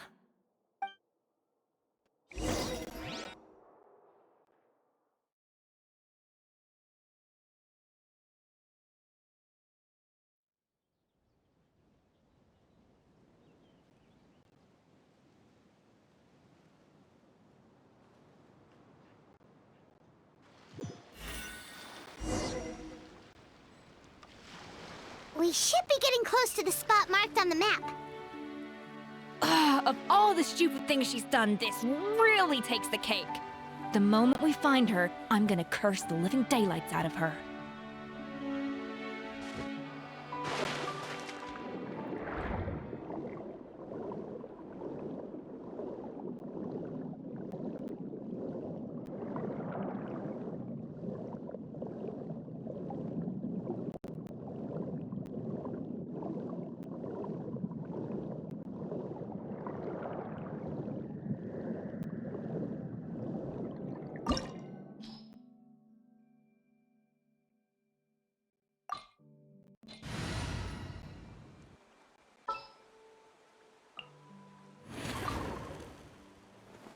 An insurmountable problem, I presume?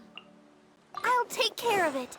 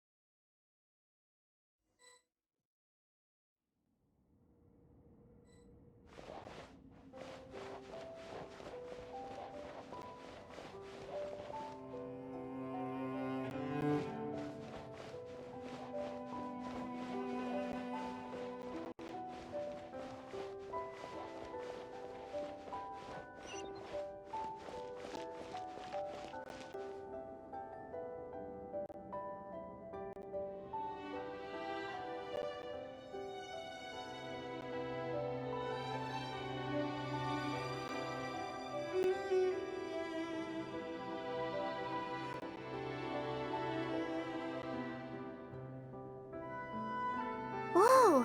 This place looks like an underwater restaurant, doesn't it? Suddenly, the idea of an adventure chef finding secret ingredients makes a whole lot more sense. I think Modest's codex mentioned this place. A public bath from the time of Remoria. So yeah, definitely the kind of place that would have served food and drinks. Huh? Some blubber beasts have come to join the party? How did they get here?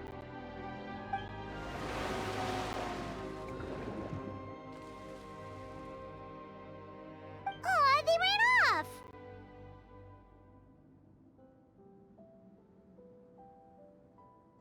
That could be easier said than done. Something's blocking the entrance. Well, did Modeste mention it in his adventure logs by any chance? They must have gotten through somehow. Good point. Yes, that's right. It's coming back to me now. We prepared a banquet for our shy little guests. and as the food flowed away on the current, they broke into a joyous chorus, and the path opened to us. We have to feed the blubber beasts? With what? There's nothing here besides rocks, romaritime flowers, and lumitoile. See, this is why you should always bring snacks. You never know when you're gonna need them. Now we have to head all the way back to shore and grab some. There's no time for that. Romaritime flowers and lumitoile will have to do. They may not look appetizing to us, but who knows? They could be blubber beast delicacies. Wait, we're seriously gonna try this?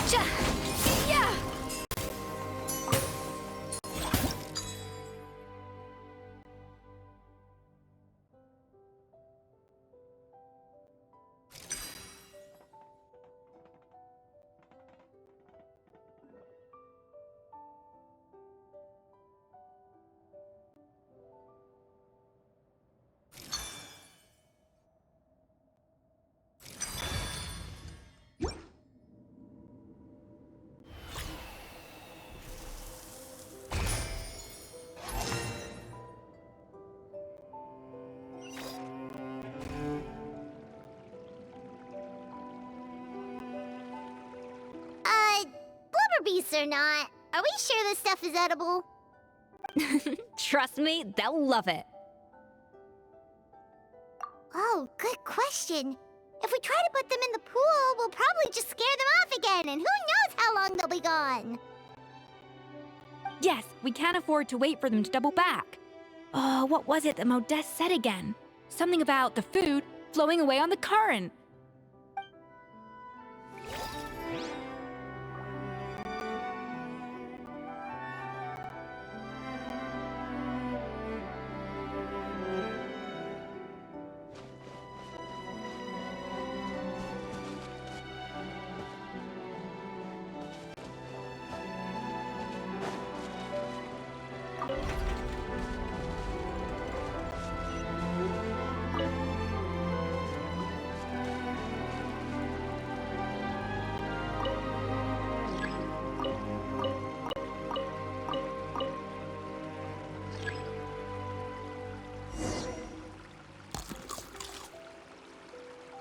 Wow, it's really singing! It must taste better than Paimon thought!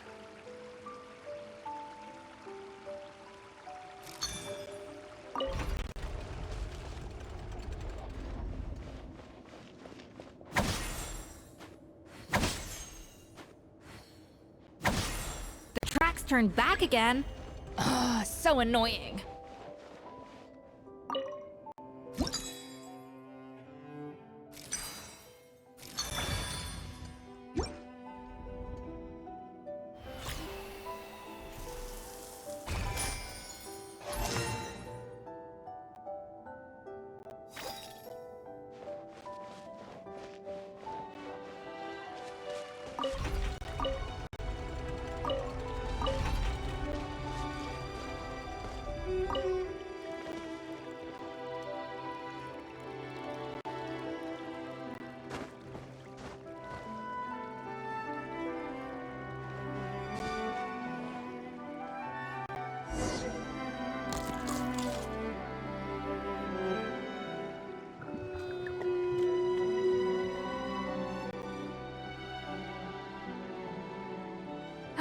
Hey, it's open!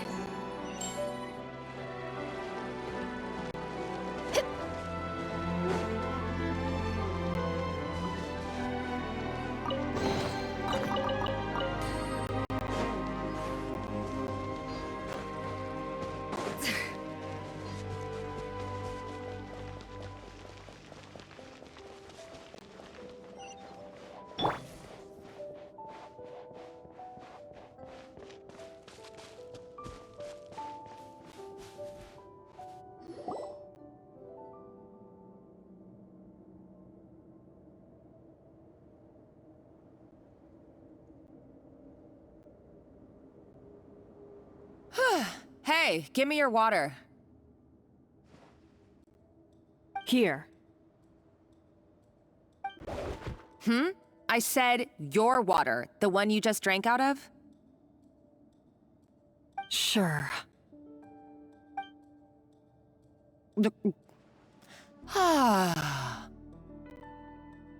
All those years slaving away under Escoffier, and then you.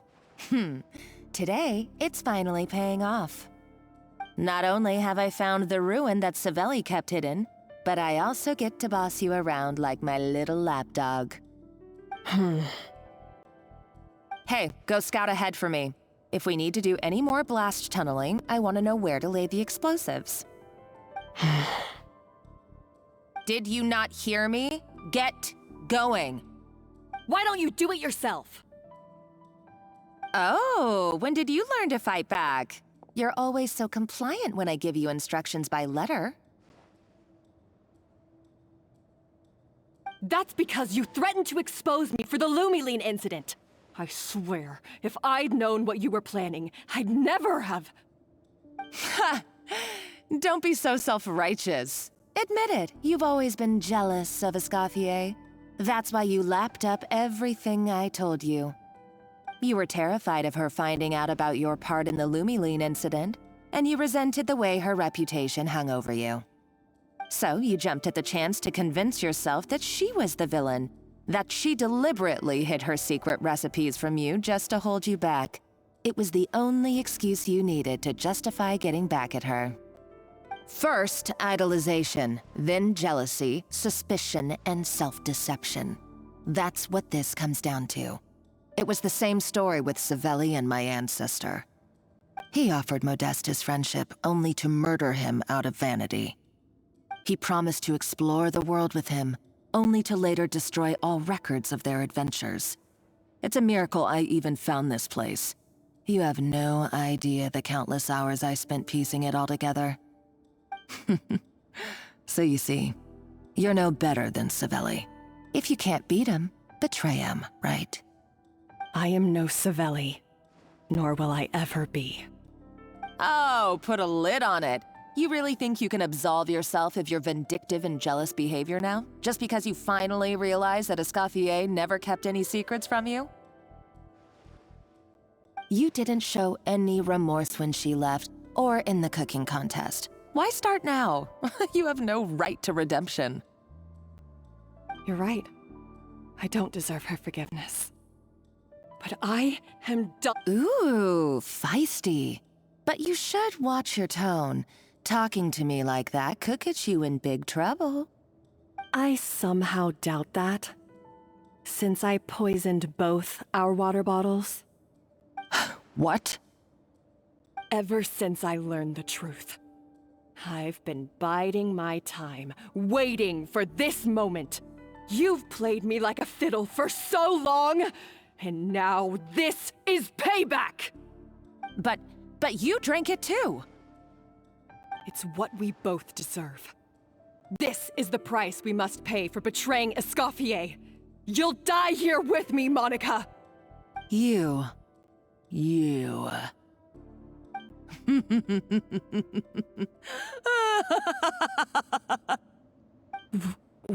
What's so funny? Oh, you're too much. I thought I'd play along for a bit just to amuse myself. You gave a very rousing performance. I saw your dumb plan a mile off. There's no poison in these bottles, just clean, fresh water. No. Revenge is a dish best served cold, you know? Did you really think your half-baked plot would fool me? You're a lousy chef, and you make a lousy villain, too. A complete waste of space. No wonder you never amounted to anything. Everything I ever did was a failure. And now, I failed again, for the last time. Hey, why don't you try your hand at being a comedian in your next life? You got a good laugh out of me. But now the show's over. You should have just done like I asked, Savannah. All I wanted you to do was scout the ruins for me. But you had your chance, and now it's time to say goodbye. Stop right there! Let her go, Monica! We've got you surrounded! Escoffier? Ugh, looks like I'll have to keep you around for a little longer. You can't! Stay back if you want her alive! Escoffier and the Traveler. I can't take you both on in combat, but if you so much as flinch, I can end Savannah's life in a heartbeat. Monica, what are you hoping to achieve by this?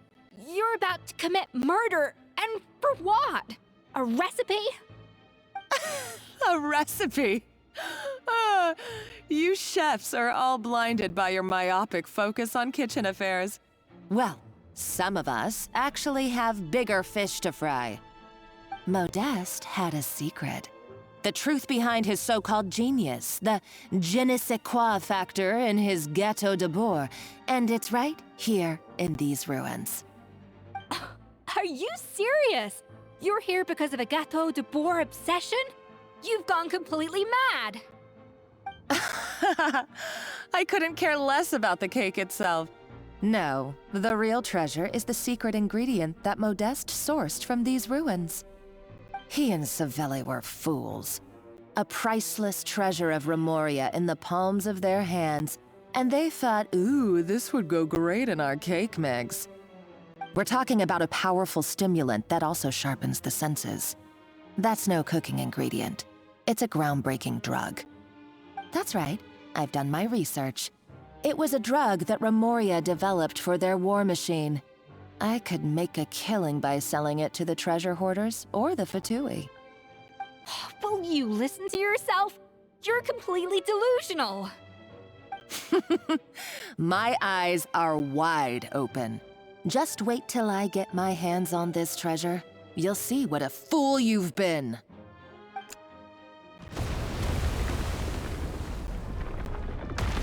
Wait, what's that sound?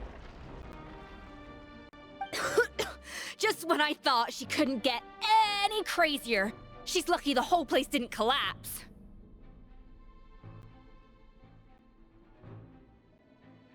Uh-oh, Savannah's gone too! Monica must have taken her. Oh, what a coward. She's only taken her hostage because she knows that she's no match for you. That's true. Even if she finds the treasure, she'll need Savannah alive if she wants to get out of here in one piece. Oh, well, our path's been blocked, so let's look for another route.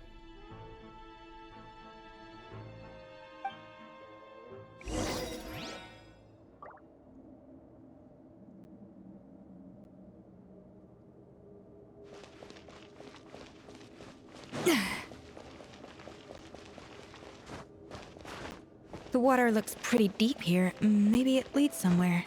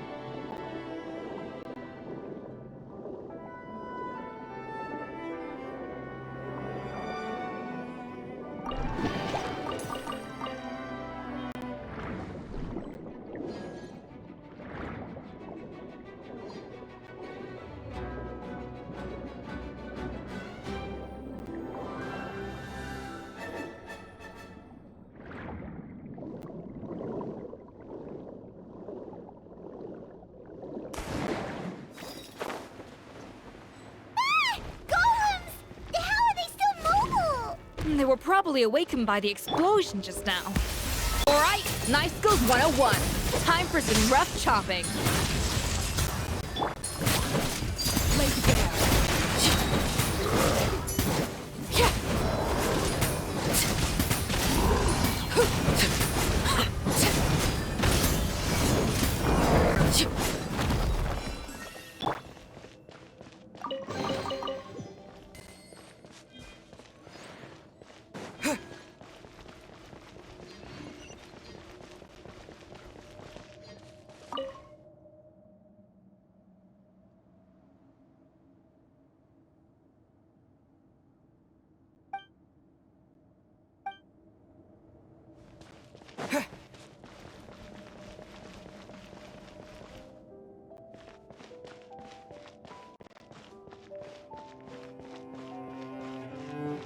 Another door?